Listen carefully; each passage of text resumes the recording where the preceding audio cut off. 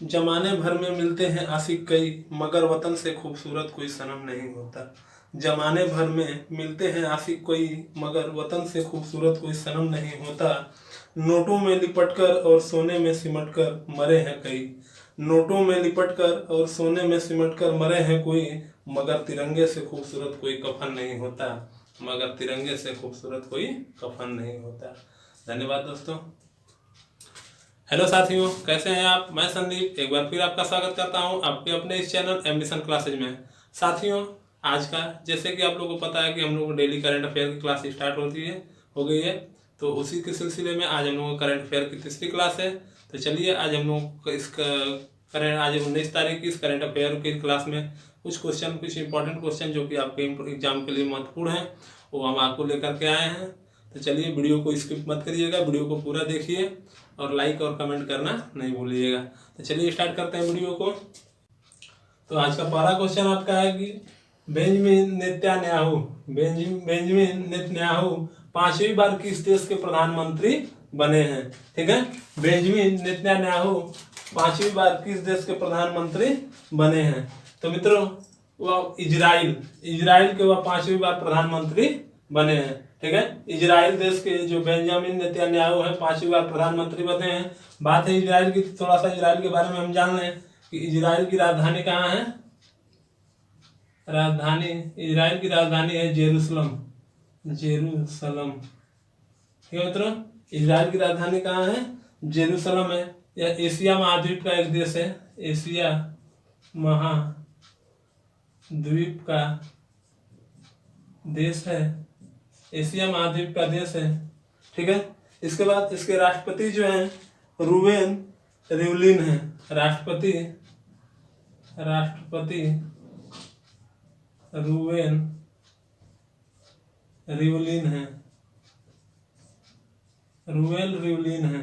ठीक है, तो इजराइल के राजधानी कहाँ है? इजराइल की राजधानी जेरूसलम है। यह एशिया महाद्वीप का देश है। इसके राष्ट्रपति रूवेन रिवलिन है। ठीक है, और इसकी जो करेंसी है वह इजरायली इसकी जो करेंसी है वह है इजरायली शेकेल है। ठीक है, तो इजराइल से जुड़े हुए आपके तीन चार क्वेश्चन बन गए। इजराइल की राजधानी जेरूसलम है या एशिया महाद्वीप का देश है। इजराइल के राष्ट्रपति रूवेन रिवलिन है। और इजराइल की जो करेंसी है, जो यहाँ की करेंसी है यानी मुद्रा कह लीजिए। ठीक है, तो जो मुद्रा है वह है इजरायली शेकेल। ठीक है मित्रों, तो यह था आपका पहला क्वेश्चन। चलिए दूसरे क्वेश्चन देखते हैं। हाल ही में अंतर्राष्ट्रीय संग्रहालय दिवस कब मनाया गया है? ठीक है, हाल ही में अंतर्राष्ट्रीय संग्रहालय दिवस कब मनाया गया है? तो इसका आंसर हो जाएगा आपका 18 मई। ठीक है मित्रों, इसका आंसर क्या हो जाएगा? 18 मई। जैसे कि डेली आप लोगों को हम एक नए मतलब कि एक दिवस बताया जा रहा है। जैसे कि पिछले दिवस में आपको पिछले क्लास में भी एक दिवस बताए थे और आज इसका अंतर्राष्ट्रीय संग्रहालय दिवस 18 मई को मनाया गया है। ठीक है, इसके बाद बात कर लेते हैं हम लोग नेक्स्ट क्वेश्चन का।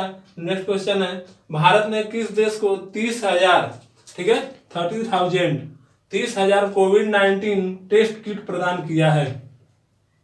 यानी भारत ने किस देश को 30,000 कोविड-19 की जांच करने का किट जो जांच करने की कोविड-19 यानी कोरोना वायरस को जांच करने की जो किट है वह किस देश को प्रदान किया है, किस देश को दिया है? तो वह है मित्रों नेपाल।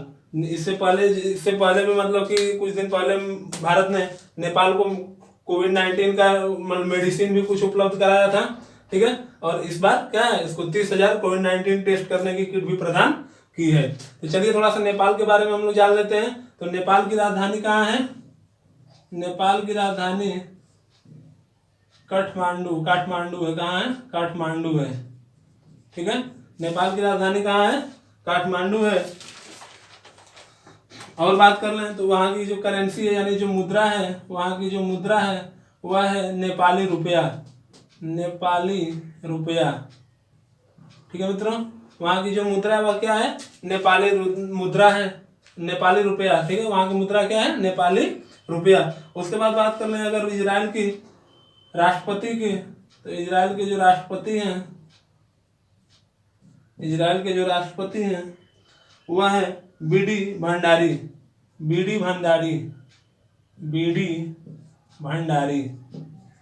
बीडी भंडारी हैं। ठीक है, इसके बाद बात कर लेते हैं प्रधानमंत्री वहाँ के प्रधानमंत्री। तो नेपाल के जो प्रधानमंत्री हैं वह है केपी शर्मा ओली। केपी शर्मा ओली। ठीक है मित्रों, तो ये था आपका तीसरा क्वेश्चन। देखिए कि भारत ने किस देश को 30,000 कोविड-19 टेस्ट किट प्रदान किया है, तो वह है नेपाल। ठीक है, अब बात कर रहे हैं नेपाल की राजधानी की। तो नेपाल की राजधानी काठमांडू है। वहाँ की मुद्रा क्या है, नेपाली मुद्रा। वहाँ की जो नेपाली रुपया है, वहाँ की मुद्रा यानी करेंसी जिसे हम लोग कहते हैं, यानी नेपाल की करेंसी क्या है, नेपाली रुपीज यानी नेपाली रुपया है। उसके बाद वहाँ की बात कर रहे हैं राष्ट्रपति की। तो राष्ट्रपति वहाँ के बीडी भंडारी हैं और प्रधानमंत्री केपी शर्मा ओली हैं। ठीक है, तो ये था आपका इससे नेपाल से जुड़े कुछ इंपॉर्टेंट फैक्ट थे। तो चलिए अगला क्वेश्चन देख लेते हैं। अगला क्वेश्चन है कि किस राज्य को चक्रवात अम्फान के लिए चेतावनी जारी किया गया है। किस राज्य को चक्रवात अम्फान के लिए चेतावनी जारी किया गया है, तो मित्रों वह है आपका उड़ीसा। ठीक है, उड़ीसा के लिए उड़ीसा राज्य को चक्रवात अम्फान के लिए चेतावनी जारी किया गया है। अब थोड़ा सा बात कर रहे हैं अम्फान की। तो यह एक प्रकार का मतलब क्या है, विनाशकारी चक्रवात है। और इसका नाम अम्फान किसने दिया, तो थाईलैंड ने इसका नाम दिया है। थाईलैंड ने नाम दिया है अम्फान। ठीक है मित्रों, थाईलैंड ने इसका नाम अम्फान दिया है। तो चक्रवात अम्फान के लिए कौन से राज्य को चेतावनी दिया गया है, तो भारत का वह उड़ीसा राज्य है। ठीक है, तो चलिए नेक्स्ट क्वेश्चन देख लेते हैं। चलिए अगला क्वेश्चन देख लेते हैं, क्वेश्चन नंबर 5वां। भारत सरकार के किस मंत्रालय ने 400 करोड़ की DITS योजना को मंजूरी दी है। ठीक है, भारत सरकार के किस मंत्रालय ने 400 करोड़ की DITS योजना को मंजूरी दी है, तो वह है आपका रक्षा मंत्रालय। तो कौन सा है, रक्षा मंत्रालय। ठीक है, अब बात करें थोड़ा सा DTIS की। तो DTIS का फुल फॉर्म हो जाता है डिफेंस टेस्टिंग इंफ्रास्ट्रक्चर स्कीम। ठीक है, डिफेंस टेस्टिंग इंफ्रास्ट्रक्चर स्कीम।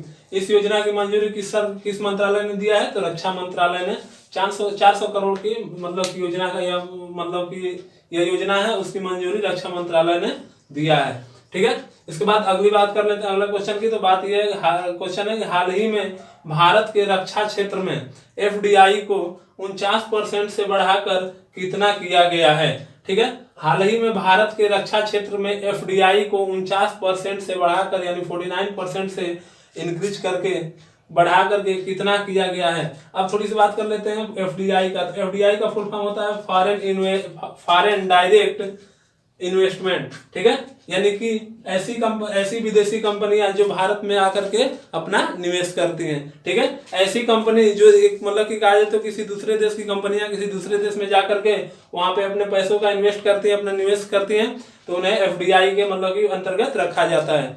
ठीक है, तो वो भारत में पहले जो 49% था उसको अब बढ़ा करके कितना कर दिया गया है रक्षा के क्षेत्र में, तो ये है 74% यानी 74%। देखिए अब तक रक्षा के क्षेत्र में मतलब क्या था 49% ही था, अब उसको भी विदेशी कंपनियों में बढ़ा दिया गया, उसको 74% कर दिया गया है। अब थोड़ा सा रक्षा क्षेत्र की बात आ रही है तो हम यह बात कर लेते हैं रक्षा मंत्री। तो भारत सरकार के रक्षा मंत्री कौन है, रक्षा मंत्री तो वर्तमान में राजनाथ सिंह है, राजनाथ सिंह। ठीक है, रक्षा मंत्री कौन है, राजनाथ सिंह। ठीक है, इसमें क्या होता है विदेशी कंपनियां आती हैं और अपने पैसे इन्वेस्टमेंट करती हैं तथा ठीक है, और उसके बाद जो लाभ होता है वो कमा करके मतलब लाभ यहाँ मतलब कि प्रोडक्ट अपना प्रोडक्शन करती हैं, अपने उत्पाद करती हैं और उसके बाद क्या करती हैं यहाँ से लाभ कमा करके देशों में अपने देश वापस चली जाती हैं। ठीक है, तो वो पहले 49% था, अब उसको बढ़ा करके 74% यानी 74% कर दिया गया है। चलिए अगला क्वेश्चन देख लेते हैं। भारत के किस राज्य सरकार के द्वारा चरण पादुका पहल की शुरुआत की गई है। ठीक है, चरण पादुका पहल ये कंपटीशन एग्जाम के लिए काफी आपको महत्वपूर्ण होगा। ठीक है, चरण पादुका पहल।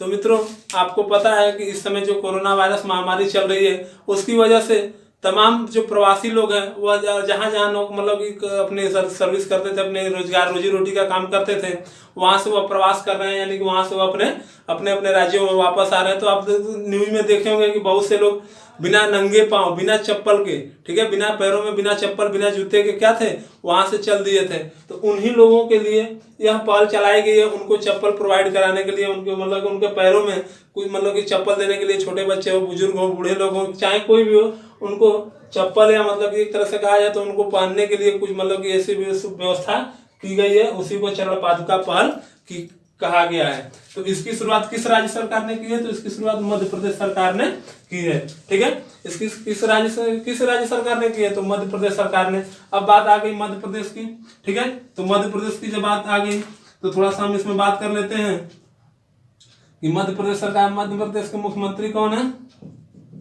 मुख्यमंत्री शिवराज सिंह चौहान है। कौन है वर्तमान में, शिवराज सिंह चौहान है, ठीक है बच्चा, कौन है, शिवराज सिंह। उसके बाद बात कर लेते हैं और वहाँ के जो राज्यपाल हैं, राज्यपाल जो मध्य प्रदेश के राज्यपाल है वो लालजी टंडन है, लालजी टंडन है।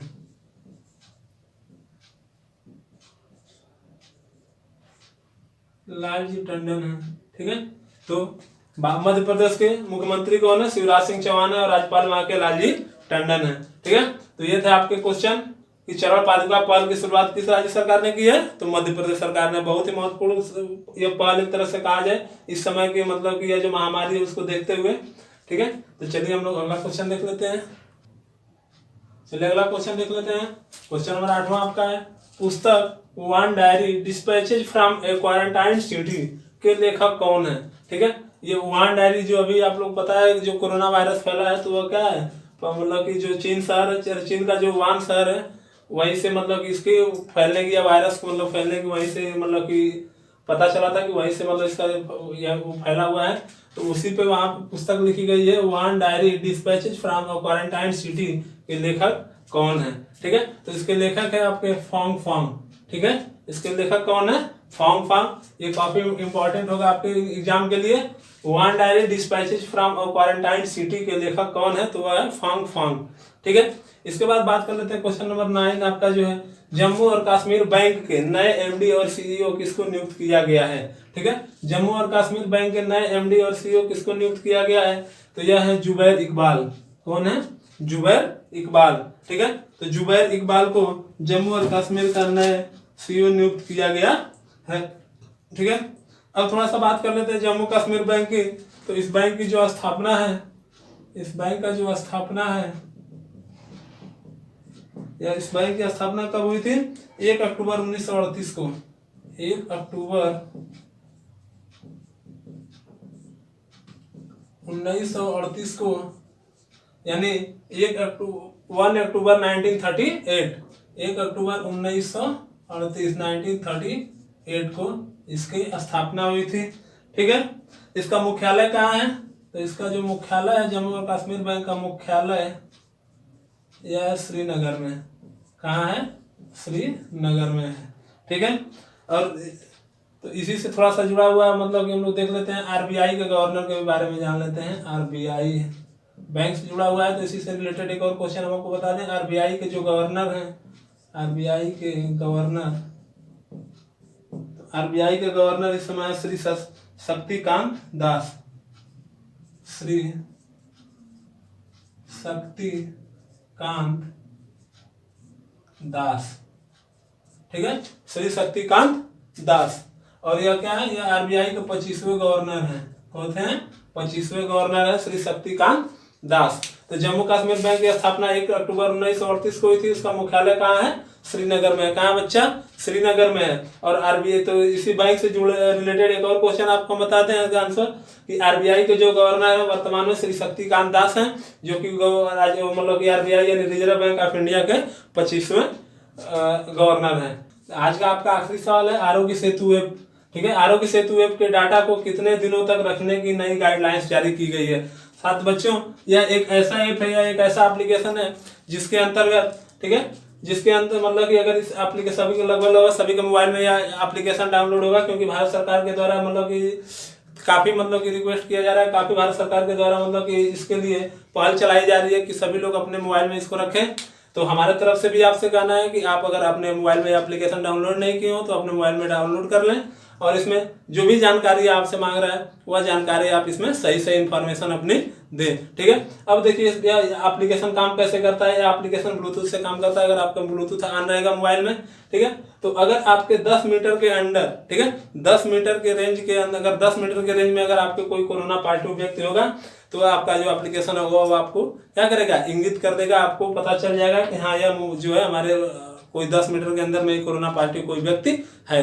ठीक है, तो यह ऐसे डाटा आप मतलब कि काम करता है। तो इसी को मतलब कि आपको मतलब क्वेश्चन पूछा बनाया गया है कि इस डाटा जो आप उसमें अपना डाटा यानी जो अपना उसमें इंफॉर्मेशन जो आप अपलोड कर रहे हैं तो उसको कितने दिनों तक उस एप्लीकेशन में रखा जाएगा, तो वह आपका 180 दिन। ठीक है, तो 180 दिन तक आरोग्य सेतु ऐप के डाटा को रखा मतलब कि रखने की नई गाइडलाइंस जारी की गई है। ठीक है मित्रों, तो आज हम अपनी वीडियो को यहीं समाप्त करते हैं, और वीडियो को समाप्त करते हुए आपसे कहना चाहते हैं कि घर में रहें, सुरक्षित रहें, सोशल डिस्टेंसिंग बनाए रखें। ठीक है, जय हिंद, जय भारत।